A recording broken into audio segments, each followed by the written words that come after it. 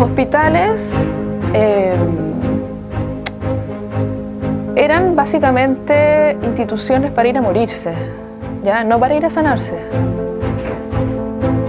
Creo que el centenario es una perfecta radiografía de ese Chile bipolar, el Chile de los ricos y el Chile de los pobres.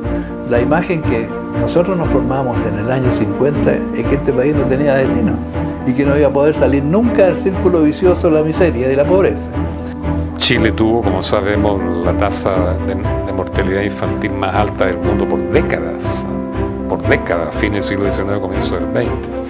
Y hasta los años 30 y 40 todavía era una de las más altas del mundo. Había mala higiene y poca salud. Pocos hospitales, muy pocos, te digo esto. Muchos atendidos por estas monjas de la caridad, te digo, ¿no? Y algún personal pagado por el Estado. Al tema de la vivienda se fue asociando, y eso ya más hacia la segunda mitad del XIX, sobre todo el problema de las enfermedades y las epidemias. Hay grandes enfermedades sociales que se les llama, ¿ya? Por el alcance que tienen en la población, enfermedades como tuberculosis, la misma cólera, tifus, los piojos.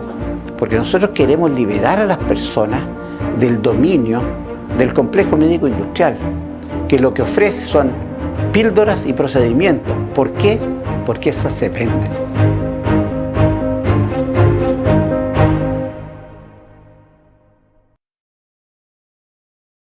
Bueno, el Santiago de 1810 es sumamente pobre. En términos sanitarios es un desastre. El desagüe, por decirlo así, va al aire libre, por canaletas que cruzan la ciudad y que suelen formarse tacos e inundan las calles. Entonces una ciudad muy insalubre, en donde la construcción habitual es de un piso a lo más de dos, siguiendo el modelo de la arquitectura del sur de España. Mucho frío, en general las casas no tienen ventanas, entonces todavía es una ciudad muy precaria. Todavía estamos en una ciudad pequeña, podríamos decir de a pie, como se decía en el periodo, en que fuera del camino de cintura llegaban muy pocos servicios urbanos. No había agua, no había servicios de sereno en la noche, por lo tanto era un sector peligroso, no había iluminación, no había servicio de retiro de basura. Entonces se transforman efectivamente en una especie como de guetos de pobreza que empiezan a ser muy notorios con respecto al resto de la ciudad. Nosotros hemos seguido un patrón que es como la segregación, ¿ya? Y creo que la enfermedad funciona mucho para segregar, ¿ya? Los lazaretos, como se le llamaba antiguamente a los hospicios, hospitales para enfermos infectocontagiosos, ¿ya? Se ubican en los perímetros de la ciudad donde está el Bajo Pueblo, o sea, todas las instituciones de estado de salud, históricamente o en su origen, están al otro lado del río, ¿ya? En la Chimba, que es donde históricamente han estado los pobres. Por eso nosotros hemos hablado de la ciudad higiénica. Aquí está el cementerio, aquí está el Instituto Psiquiátrico, aquí está la Facultad de Medicina, aquí está el Instituto Médico Legal, aquí está la Facultad de Odontología, aquí están los primeros hospitales para tuberculosos. Mientras duró el vagabundeo del pueblo mestizo masculino, no se sabe de enfermedades que hayan afectado a los guasos y los rotos. Enfermedades. Son más bien muertes accidentales por una razón u otra, o la exposición al frío, o lo que sea, o en el desierto, en fin. La cosa aparece ya con una morbilidad, como les decían antes, muy alta cuando ya no pueden vagabundear y tienen que emigrar a la ciudad y quedan metidos en rancheríos y en conventillos. Ahí las condiciones de salud se acaban. De ahí que cuando surge la urbanización de las masas marginales y mestizas, la morbilidad y la tasa de enfermedades se disparó y viene una mortalidad gigantesca. Chile tuvo, como sabemos, la tasa de mortalidad infantil más alta del mundo por décadas, fines del siglo XIX, comienzo del XX. Y hasta los años 30 y 40 todavía era una de las más altas del mundo. 247 cabros por 1000. Casi una cuarta parte de los que nacían se morían antes del año. Y eso era producto de las enfermedades que se gestaban en los conventillos. La tisis, por la cosa de los pulmones en gran parte, y la cosa estomacal, disentería, qué sé yo, todas esas variedades.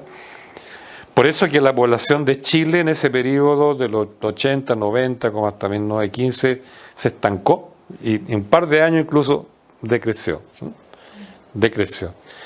Es la peor época de la medicina chilena y es un periodo en que la salud dependía en buena medida de los hospitales que la iglesia mantenía. Por eso que todos los hospitales tienen nombre de santo, ¿no? Los viejos por lo menos. En esos hospitales el servicio dependía fundamentalmente de las monjitas y los médicos eran muy escasos. Por eso que la mortalidad en los centros hospitalarios y en las casas de huérfanos era más alta todavía que la que había en la calle. Los hospitales eran básicamente instituciones para ir a morirse, ¿ya? No para ir a sanarse. Progresivamente la propia medicalización de estas instituciones, la fundación de la Universidad de Chile y la Facultad de Medicina, o sea, la formación de médicos profesionales en el país, las propias desarrollos de las prácticas de asepsia, etcétera, fueron haciendo de los hospitales lo que nosotros entendemos hoy día, y dentro de esta medicalización de ese recinto, lo primero que se saca de los hospitales son todas aquellas personas que tienen patologías crónicas, ¿ya? Que no tienen patologías curables, básicamente, ¿ya? Esas patologías se trasladan al hospicio porque eran personas que se iban a morir igual, o también se saca todas aquellas enfermedades contagiosas y se van a los lazaretos. Entonces, ¿de qué se morían las personas que se quedaban en el hospital? Muchas de ellas mueren por causas de infección. La viruela es, digamos, el gran peligro ya maligno de este periodo. La viruela mataba en cada uno de estos ciclos epidémicos que son cada 2-3 años dentro de la ciudad, 10.000 personas. La otra gran enfermedad del periodo es el cólera. A fines del 19, 1887, es la gran epidemia del cólera en todo Chile, o por lo menos del norte hasta Santiago, que tiene que ver con aguas contaminadas.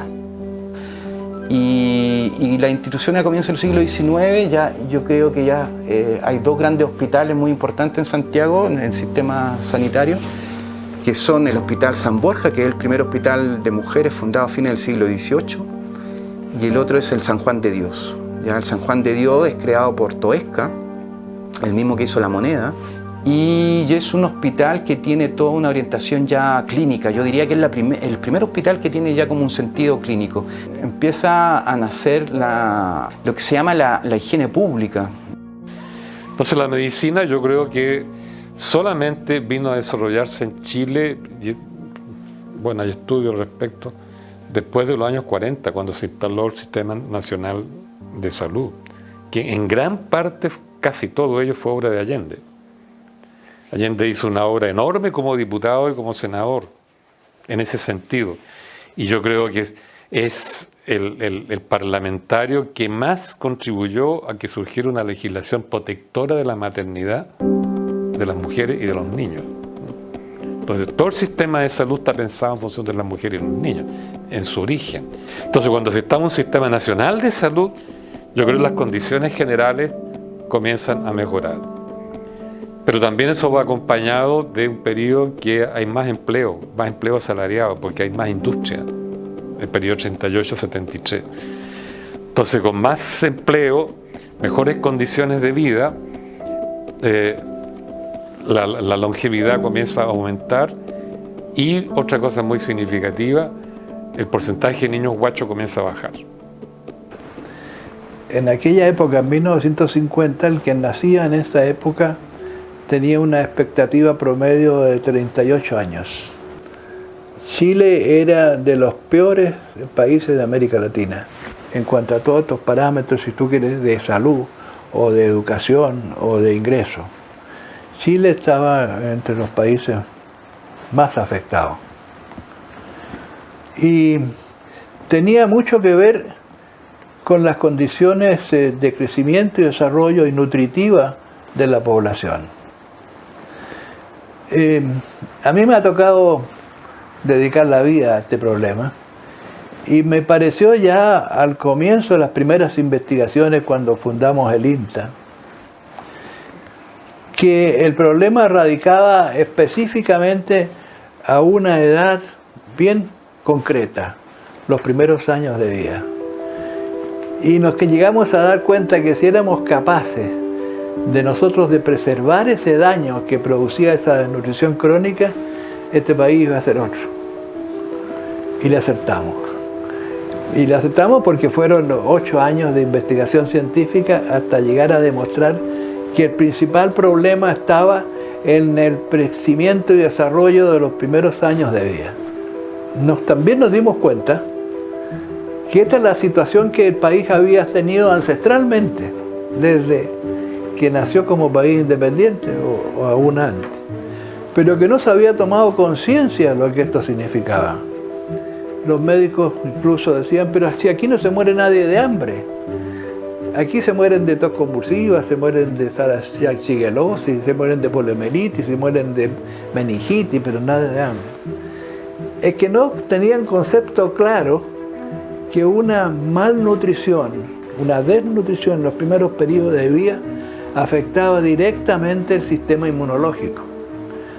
Eso era para el daño que producía la desnutrición. Y si a eso le agregábamos de que los que sobrevivían lesionados y quedaban dañados en su cerebro, este país no tenía remedio.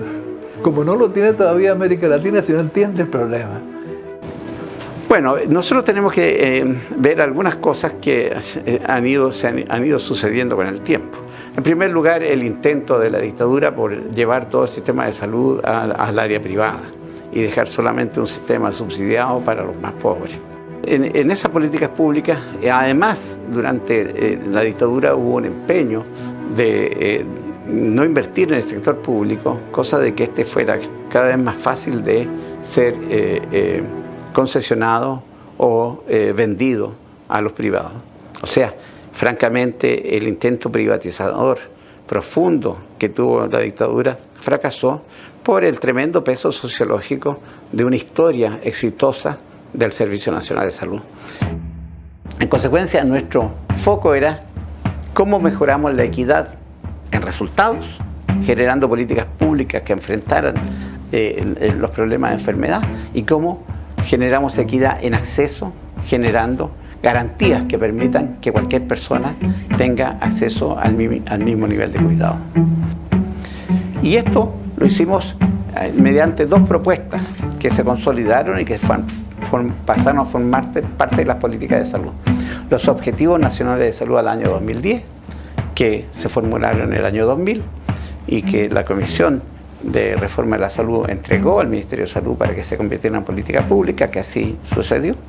Y por otra parte, la propuesta de un plan garantizado de salud, que con el tiempo pasó a llamarse Plan Auge, Plan de Acceso Universal con Garantía Explícita. Entonces yo creo que en términos de salud podríamos decir que estamos en mejores condiciones que en el siglo XIX.